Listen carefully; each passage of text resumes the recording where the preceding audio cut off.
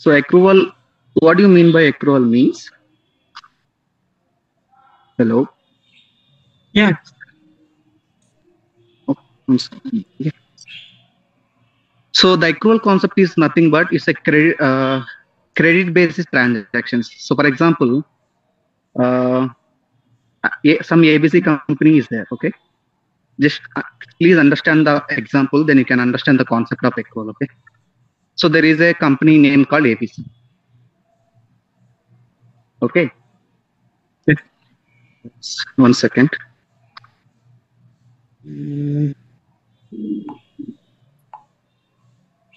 Okay తెలుగులో చెప్పొచ్చు కదా sorry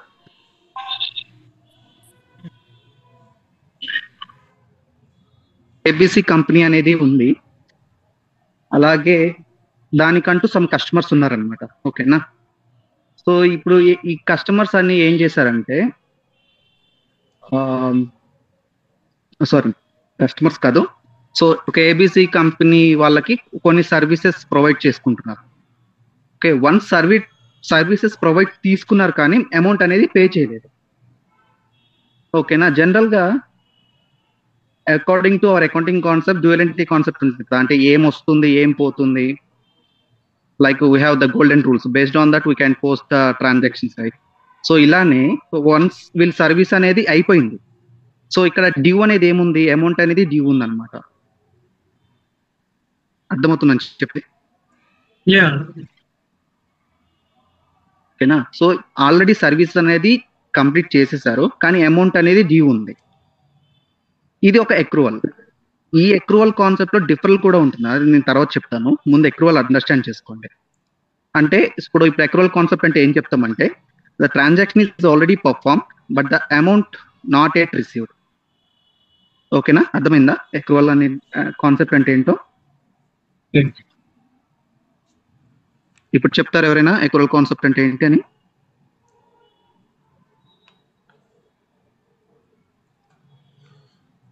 hello next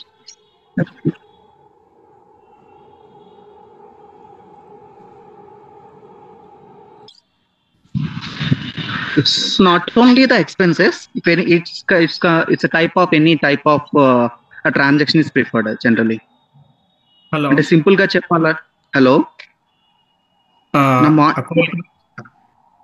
your voice is audible okay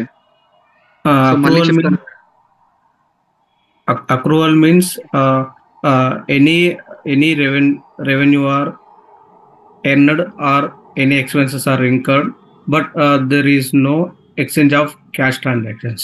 This is called accrual concept.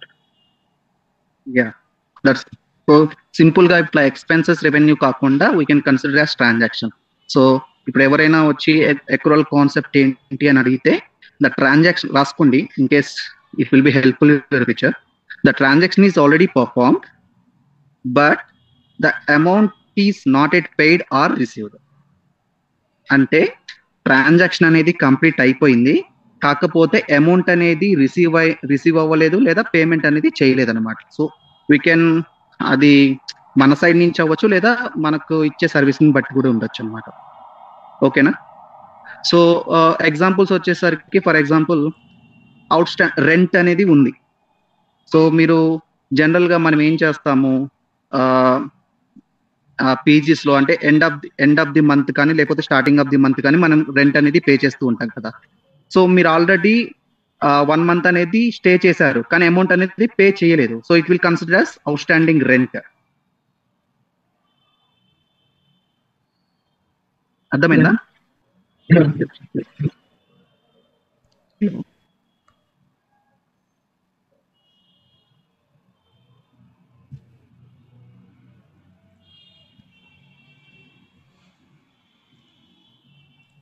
Please respond, guys. Yeah.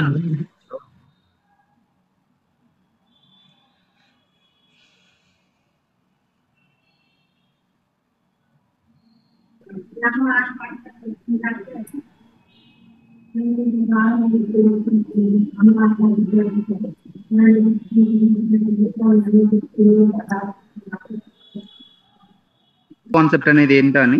So out standing ఇప్పుడు మన balance sheet ప్రకారము నేను just rent అని తీసుకున్నాను. సో రెంట్ అనే కాదు, అవుట్ స్టాండింగ్ ఎక్స్పెన్సెస్ ఏవైనా సరే మనము బ్యాలెన్స్ షీట్ లయబిలిటీ సైడ్ లో చూపిస్తాం కదా. సో అవన్నీ కూడా ఎక్రూవల్ కాన్సెప్ట్ అనే వస్తాయి. ఎందుకంటే ఒక బిజినెస్ కి తను రన్ అవ్వాలంటే ఖచ్చితంగా క్రెడిట్ అనేవి చాలా ఇంపార్టెంట్ అనమాట. సో ఈవెన్ ఇప్పుడు మనం లోకల్ జనరల్ స్టోర్స్ తీసుకున్నా సరే మినిమం అప్పు లేకుండా మనం ఏది కొంతమంది అప్పుతోనే మెయింటైన్ చేస్తూ ఉంటారు. So those are all consider as accrual concept. And ఇంకోటి ఏంటంటే ఎక్రూవల్ కాన్సెప్ట్ మనం ఎందుకు ఫాలో అవ్వాలి, why it is important to the business.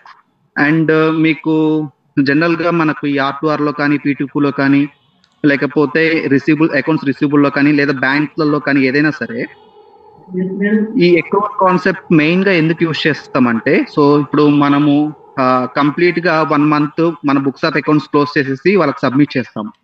So general గా ఇప్పుడు కొంతమంది ఎలా ఉంటుంటారంటే సో నేను ఫస్ట్ ట్రాన్సాక్షన్ అంటే ఫర్ ఎగ్జాంపుల్ ఇప్పుడు గూడ్స్ తీసుకుంటాను, నేను నెక్స్ట్ టైం పే చేస్తాను అంటారు. సో జనరల్ గా there are regular customers, then we're accept, right?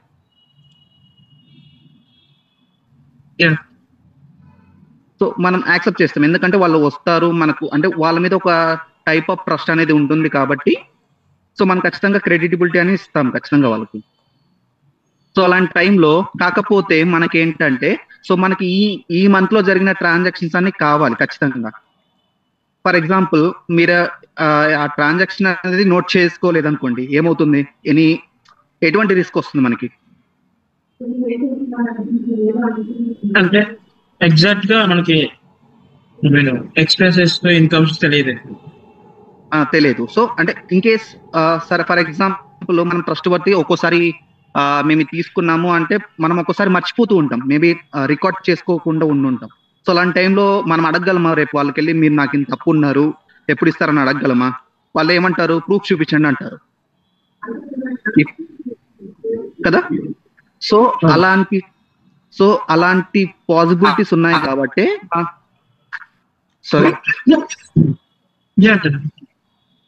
So అలాంటి పాసిబిలిటీస్ ఉంటాయి కాబట్టి అకౌంటింగ్ కాన్సెప్ట్ లో ఎక్రూవల్ కాన్సెప్ట్ అనేది ఇంప్లిమెంట్ చేశారనమాట.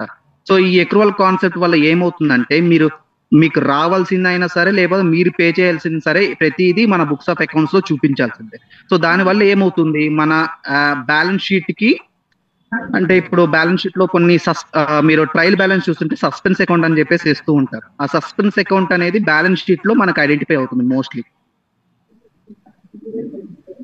ఓకేనా. సో ఆ సస్పెన్స్ అకౌంట్ ఏంటి, మేబీ అది మనం పే చేయాల్సిందా లేకపోతే మనకు రావాల్సిందా అని చెప్పేసి అప్పుడు మనం ఐడెంటిఫై, అంటే ఇండివిజువల్ గా మనం జనరల్ అకౌంట్స్ చూస్తాము కాబట్టి సో ఆ అమౌంట్ అనేది ఎక్కడెక్కడ మనకు డెఫిషియన్సీ కల్పిస్తుందో అక్కడికి వెళ్ళి చూసుకొని అది అవుట్ స్టాండింగ్ అయితే అవుట్ స్టాండింగ్ లేకపోతే ప్రీపెయిడ్ అయితే ప్రీపెయిడ్ సైడ్ వేస్తూ ఉంటాం అన్నమాట. అర్థమైందా? Any doubt in accrual concept? నేను నెక్స్ట్ ఇది అయిపోతే నేను డిఫరెంట్ కాన్సెప్ట్ చెప్తాను.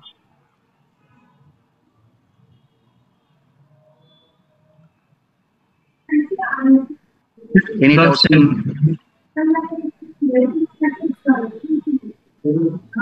అడగండి, ఏ డౌట్ ఉన్నా పర్లేదు, నేను చెప్తాను.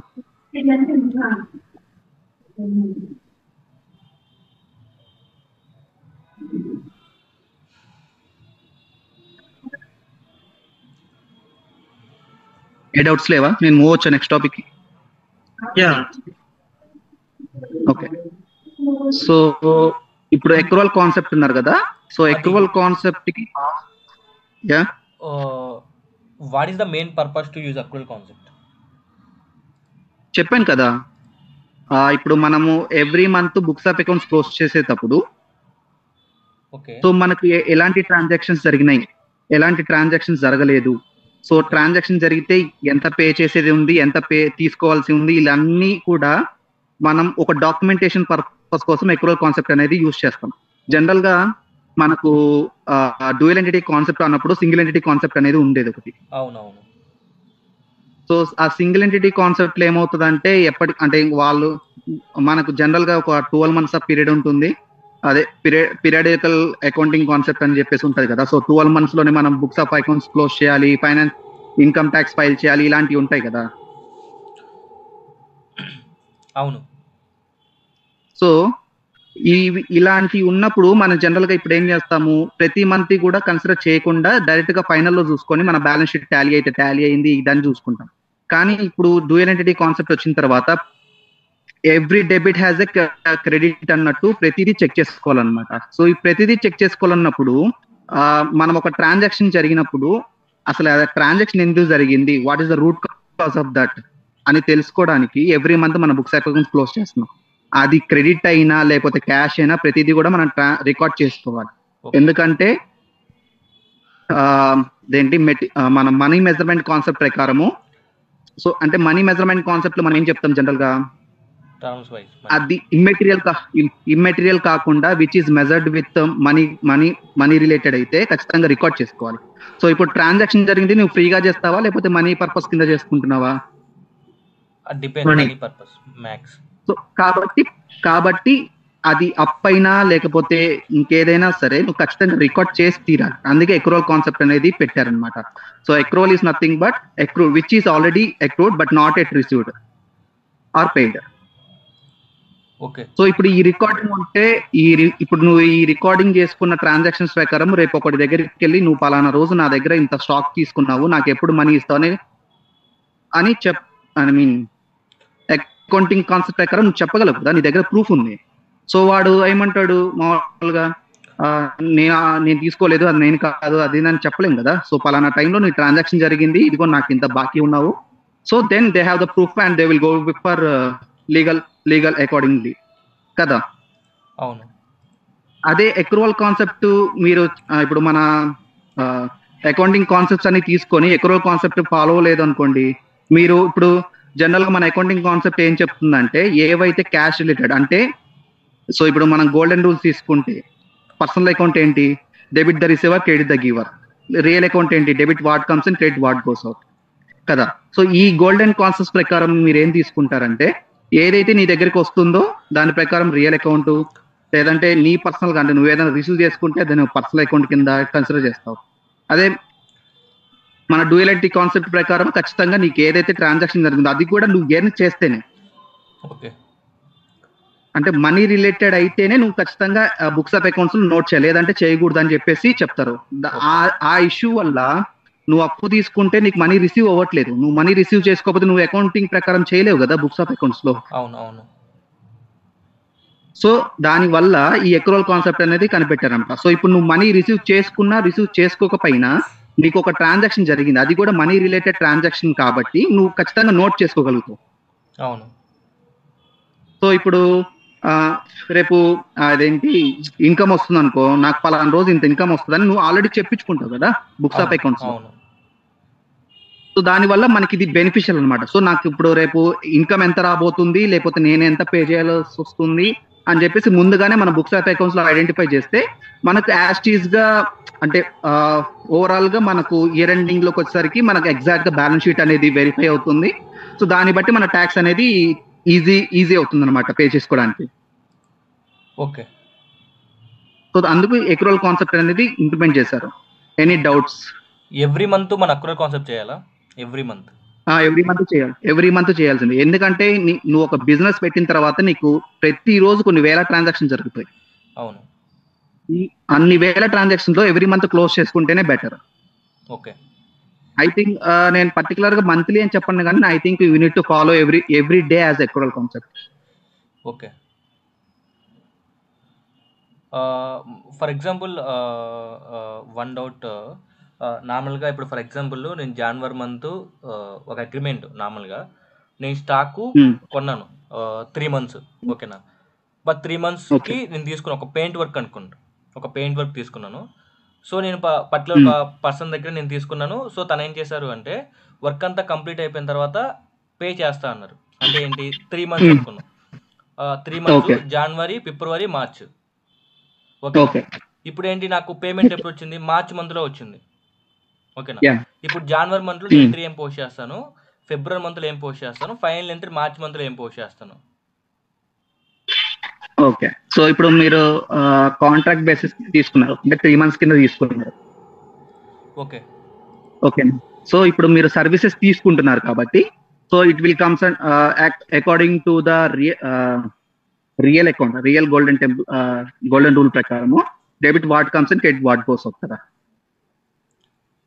సో అప్పుడు మీరు ఆ కంపెనీ సర్వీస్ డెబిట్ చేస్తారు, ఆ కంపెనీని క్రెడిట్ చేస్తారు.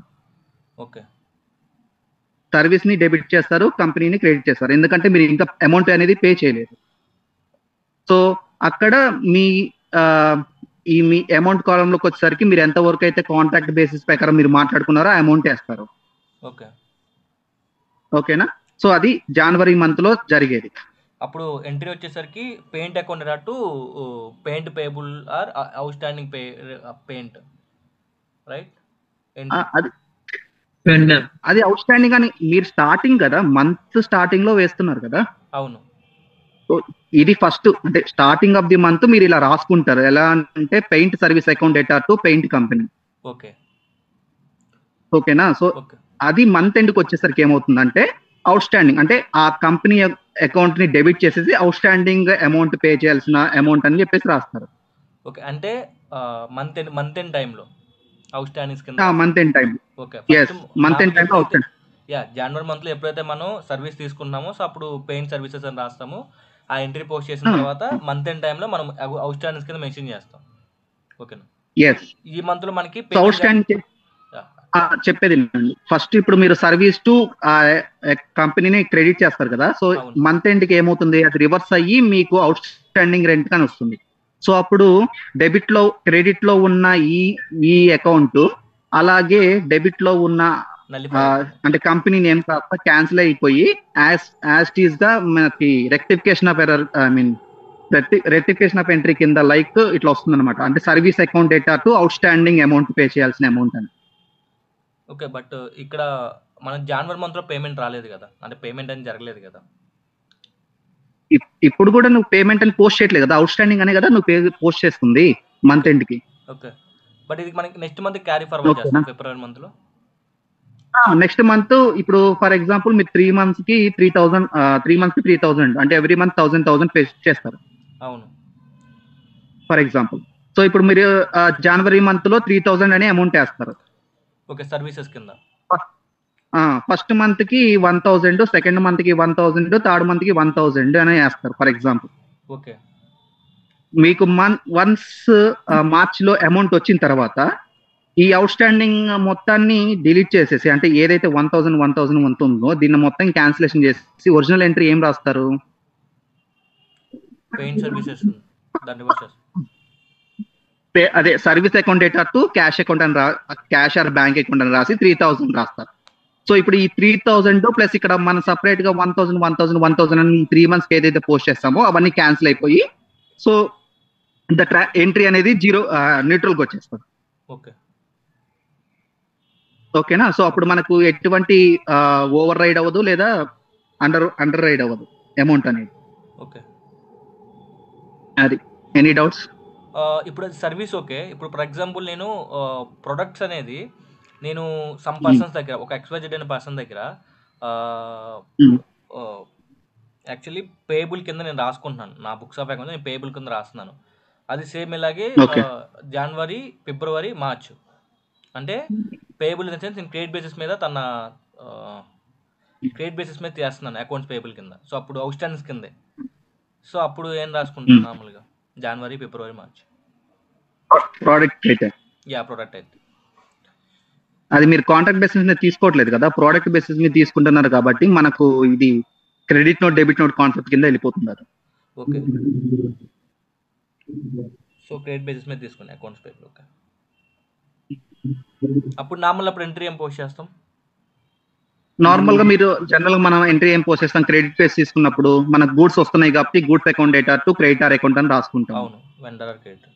వన్స్ మీరు పే చేసిన తర్వాత ఏమవుతుంది, creditor account debtor to cash or bank account అని రాసుకుంటారు. అవును. అంతే.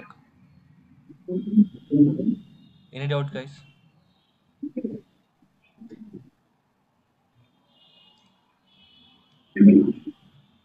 హలో.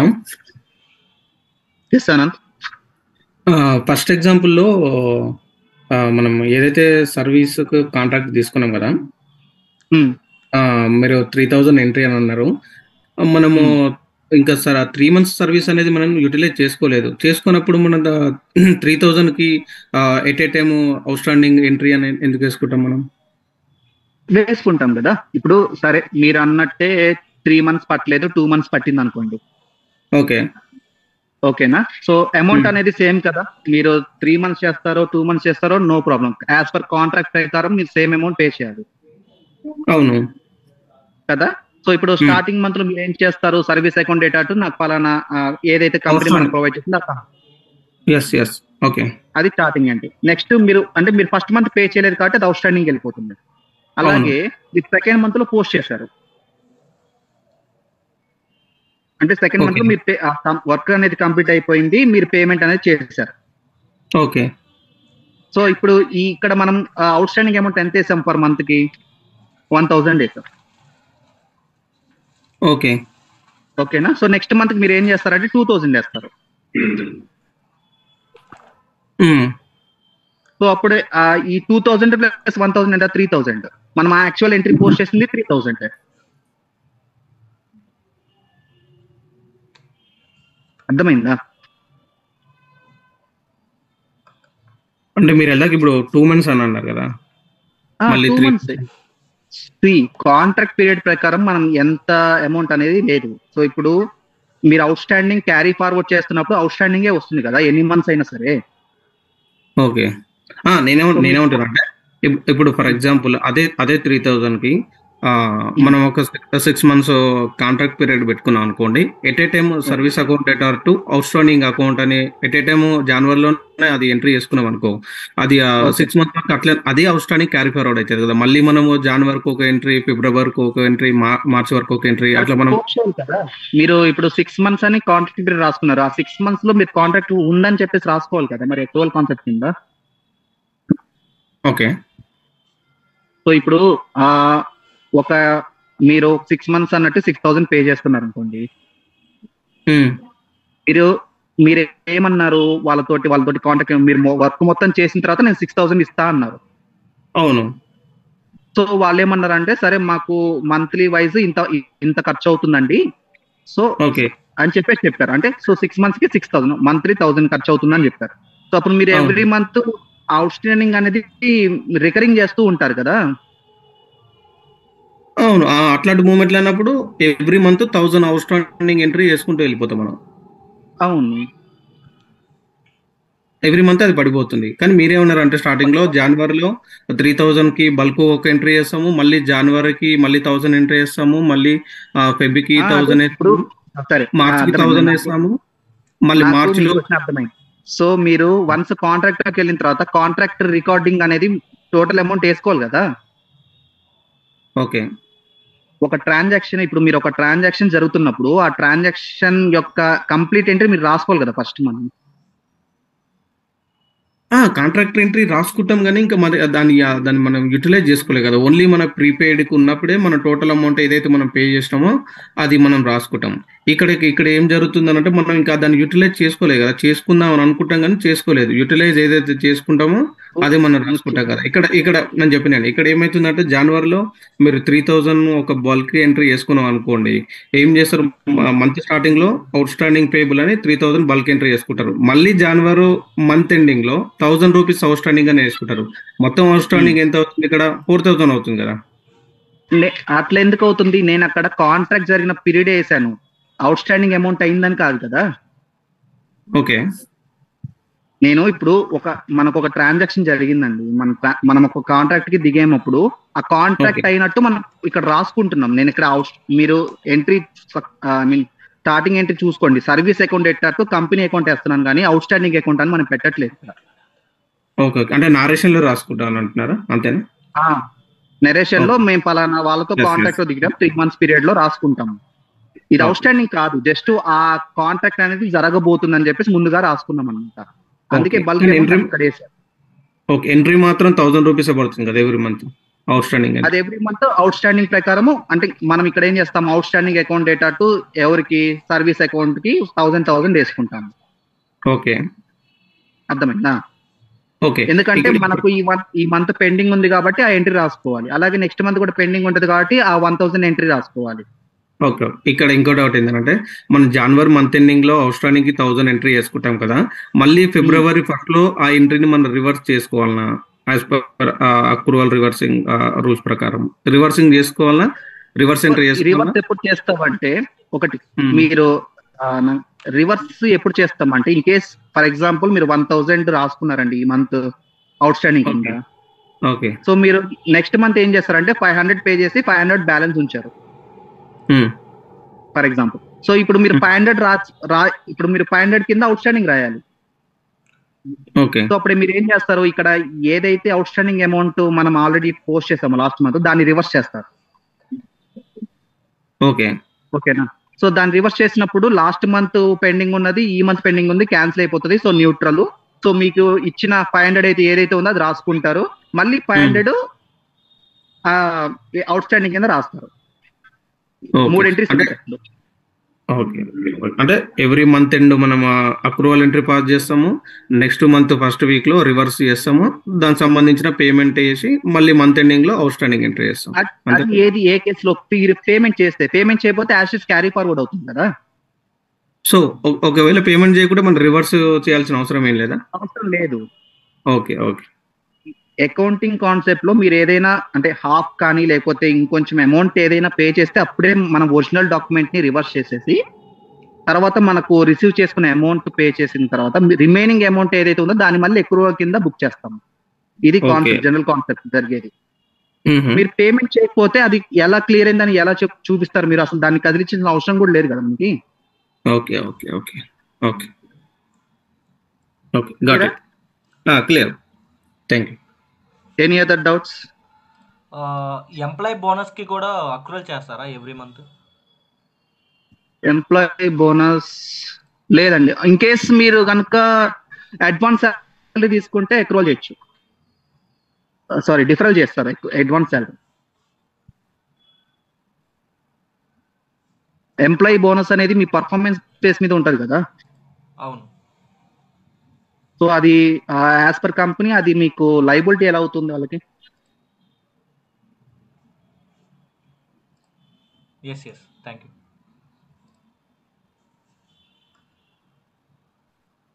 ఇన్ కేస్ మీరు కనుక అడ్వాన్స్ శాలరీ తీసుకుంటే దాన్ని అంటే మీరు సర్వీస్ చేయలేదు కానీ అమౌంట్ మొత్తం ముందే తీసుకున్నారు కాబట్టి అది డిఫరెంట్ కాన్సెప్ట్ లోకి వెళ్తుంది అనమాట.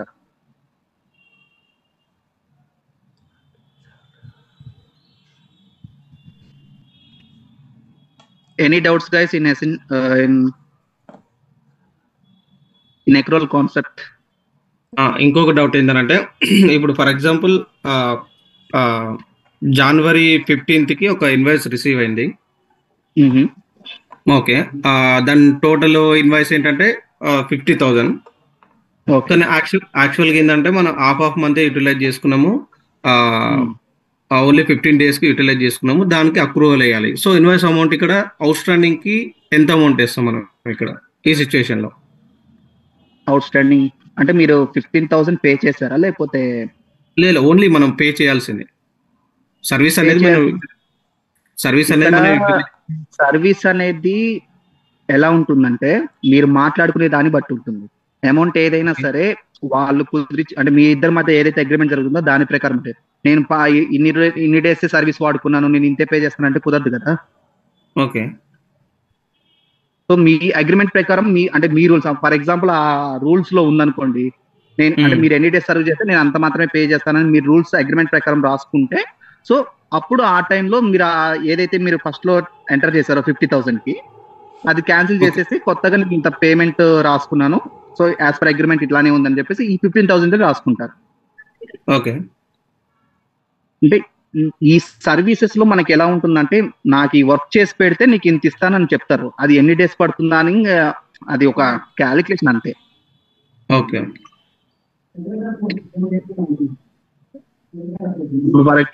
ఈవెన్ మనకి ఇప్పుడు రోడ్ కాంట్రాక్ట్ తీసుకున్నాను అనుకోండి, రోడ్ వేయడానికి నాకు ఇంత ఖర్చు అవుతుంది అని చెప్తారు. అది ఎన్ని డేస్ పడితే మనకు అనవసరం. Okay. So amount as per contract ప్రకారం ఈ అమౌంట్ పే చేయాలి కదా వాళ్ళకి. ఓకే. ఇంకేమైనా డౌట్స్ ఉన్నాయా అక్రూవల్ లో?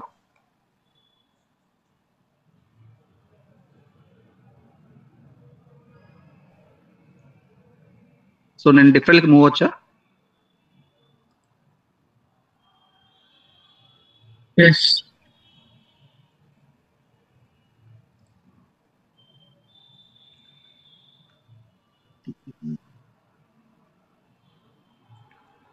No doubt guys.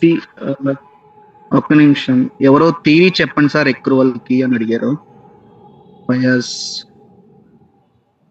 So theory అంటే ఏం లేదండి, జస్ట్ అండర్స్టాండింగ్ ఆఫ్ కాన్సెప్ట్ అంతే.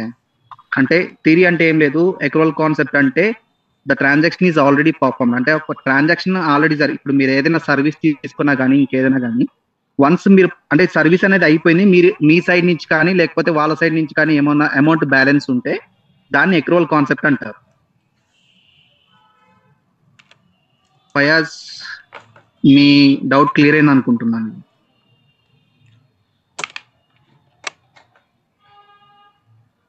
Hello hello Fayaz,